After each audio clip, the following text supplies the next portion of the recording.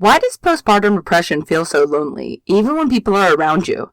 If you've ever felt misunderstood, isolated in the newborn stage, or like you have to hide how hard things really are, this episode is for you. We're breaking down why PPD can feel so isolating, and more importantly, the specific types of support that actually help you heal and feel less alone. If you told the truth about how you're really doing, would anyone truly understand? In this episode, you'll learn how to build real emotional, practical, and ongoing support, because you were never meant to do this alone. Do you want practical steps to rein in the overwhelm and start feeling like yourself again, but struggle with feeling hopeless, unsupported, and misunderstood? If so, you're in the right place. Hi, I'm Stephanie, wife, mom of 4, and a 2-time acute postpartum depression survivor. I learned the secrets of how to overcome the feeling of drowning and fully thrive as a new mom through life-giving hope and support. If you're ready for validation, encouragement, and those easy practical tips, then take a deep breath in, exhale, and we'll take the first steps together. Here we go. Did you know that I have a free community of mamas just like you, new moms who are struggling to survive, much less thrive, and are looking for hope, encouragement, and validation? We share life together. There's a short weekly devotion, encouraging quotes, and so much more. There's even chances to win free coffee and prizes. Come join us at bit.ly/PPD support group. Also, become an insider and get weekly emails from me with the latest episodes and even more support. Sign up at bit.ly/PPD list. When I first became a mom, everything on the outside looked fine. I was taking care of my baby. I was showing up. If someone asked how I was doing, I would smile and say, "I'm good, just tired." And people believed me, because from the outside, that's legitimately what it looked like. But inside, it was a completely different story. What most people didn't see was how much I was carrying mentally and emotionally. The exhaustion wasn't just from lack of sleep. It was this deep, overwhelming heaviness I couldn't explain. My thoughts felt loud. My emotions felt unpredictable. And I didn't even fully understand what I was feeling, let alone how to put it in words for someone else. So when people would say things like, "This is normal," or "It'll get better," I know they meant well, but it didn't feel comforting. It felt like what I was experiencing was being brushed off, like I was supposed to just push through it. And I remember trying at times to explain how I felt, but stopping halfway through. Because how do you explain something you don't even fully understand yourself? So instead, I did what so many moms do. I said, "I'm okay," even when I wasn't. And that gap, the gap between what I was feeling and what everyone else thought I was feeling, created a loneliness I didn't expect. Because I wasn't physically alone, but emotionally, I felt completely by myself. So why postpartum does feel so lonely? And you might feel like no one truly understands. One of the most painful parts of postpartum depression is the feeling that what you're experiencing is invisible to others. People around you may say things like, "This is normal. It gets better. All new moms go through this." I heard these refrains over and over from well-meaning friends and family. And while those statements are often well-intended, they can sometimes feel dismissive, like you're experiencing being minimized instead of understood. Because internally, what you're feeling may feel very different from what others see. On the outside, you might look like you're functioning. You're taking care of your baby, responding to messages, and smiling in short moments. But inside, you may feel overwhelmed, disconnected, or emotionally exhausted in a way that's hard to explain if you haven't lived it. You might try to tell someone how you're feeling, but halfway through you stop because you don't know how to put it into words. You're afraid you won't be understood, or you've tried before and it just didn't feel heard. So instead, you just say, "I'm okay," even when you're not. That gap between what you feel and what others perceive can create deep isolation. And you are physically isolated somewhat in the newborn stage. The newborn stage can be incredibly lonely, even when it's completely normal and expected. Your days may revolve around feeding schedules, short naps, diaper changes, and constant attention to your baby. And suddenly your world feels much smaller. Social interaction can also drop significantly. You may go hours or even days without adult conversation. Leaving the house feels like a full-on production, and your old routines and rhythms just disappear overnight. Before baby, you might have gone to work, met friends for coffee, or run errands freely. Now, a simple trip to the store might feel overwhelming because it requires timing around feedings, packing everything you need, and managing baby's mood and your own energy. So instead, you stay home more like I did. And while that's not wrong, it can quietly intensify feelings of isolation. You may feel pressure to be grateful instead of honest. There's a strong cultural message around motherhood that says you should feel joyful, grateful, and fulfilled. And when your reality doesn't match that, it creates guilt. You might think, I should be happier. Other moms seem more grateful than I feel. I don't want to sound ungrateful. So instead of being honest, you silence yourself. When someone asks, how are you doing? And even though you're struggling, you respond, good, just tired.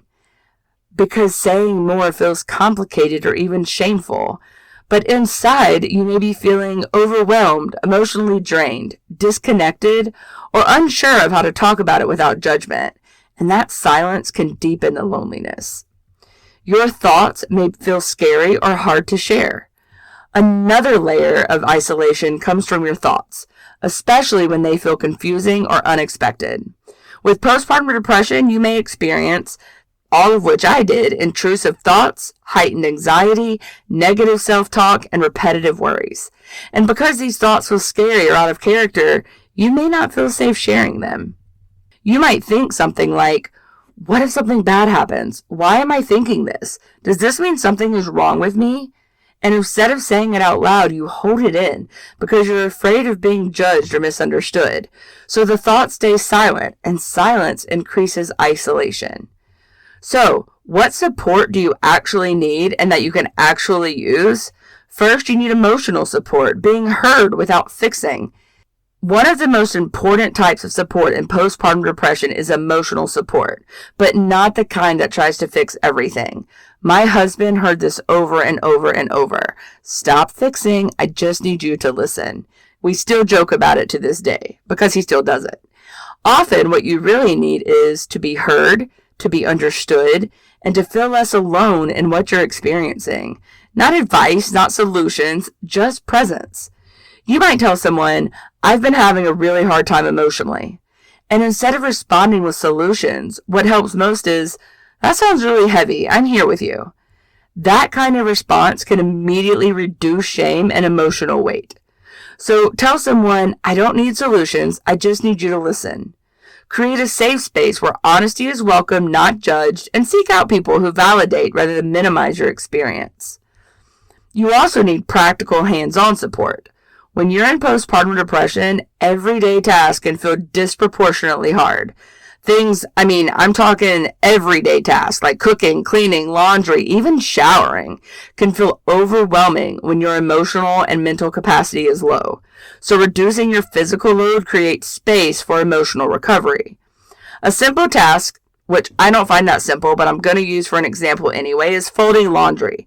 Now, to date, we have 6 people in our family, so it still feels impossible. But when I was going through postpartum depression, I only had me, Adam, and 1 child.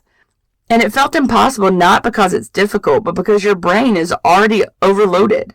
So when someone steps in and handles even one task, it can feel like a deep breath for your nervous system. So ask for one specific thing. Can you bring a meal this week? Can you hold the baby while I rest? Can you help with laundry? Whatever is going to specifically help you the most without stressing you out more, you need to make a list ahead of time. Create a simple support system. A meal train is helpful, a partner schedule, or rotating help from family or friends. Small help consistently given is more powerful than occasional big help. You also may need professional support, guidance beyond your loved ones. Postpartum depression is common, but it is also treatable. While loved ones are incredibly important, they cannot always provide clinical understanding, structured tools, and evidence-based strategies. Professionals can help you understand what you're experiencing and guide you through recovery. You might feel stuck in your thoughts and assume, oh, this is just how I am now. But a therapist or doctor can help you see, this is a known treatable condition. There are pathways forward, and you are not alone in this experience. So mention how you're feeling to your OB, pediatrician, or primary care doctor. Explore virtual therapy options if leaving the house feels hard, and look into local postpartum support groups or hotlines. Even one small step opens the door to support. And you need consistent, ongoing support, not just check-ins. Occasional support is helpful, but postpartum depression is ongoing. That means support needs to be ongoing too. When help is consistent, it creates predictability, emotional safety, and a sense that you're not alone long term. So instead of waiting for crisis moments, imagine having a weekly call with a friend, a daily text check-in with someone safe, and a set time each day when your partner steps in.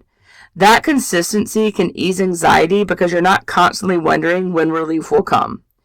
Sometimes it's hard to find a support person. When I was first going through it, I was surrounded by missionaries who provided practical support, but I didn't have anyone I really felt like I could reach out to for a weekly call with a friend or a daily text check-in. Nowadays, I have a handful of best friends, including my brother, that all fit this role. And that consistency can ease anxiety because you're not constantly wondering when relief will come. So set a recurring support rhythm, a weekly call, a daily text check-in. Create predictable support moments in your routine for the same time each day or week. Consistency builds emotional stability. So let's recap. Track your mood over the next 2 to 3 weeks. Watch for improvement versus worsening. Ask yourself daily, are my feelings manageable or overwhelming? Check in. Am I able to function today? And remember that postpartum depression feels lonely, but you are not meant to carry it alone. Mama, you are not failing, and you are not alone. Needing support does not mean you are weak. It means you are human. The right kind of support can change everything. There is hope, and I am living proof of that. If today's episode was triggering for you and you feel you need additional help to process your thoughts or feelings, please call or text the Postpartum Support International hotline at 1-800-944-4773. You can also find their contact information in the show notes for each of my episodes and on their website by going to postpartum.net. Hi, I hope you enjoyed today's episode of my mom's show. If so, would you take 30 seconds and share it with a mom friend who may be struggling to feel like herself and is in need of some encouragement today? Also, please leave a quick review for the show on Apple Podcasts. It blesses my mom's heart to know this podcast is helping you. Okay, time to go change a diaper and do the school run. I'll meet you back in a few days for another episode. Take care.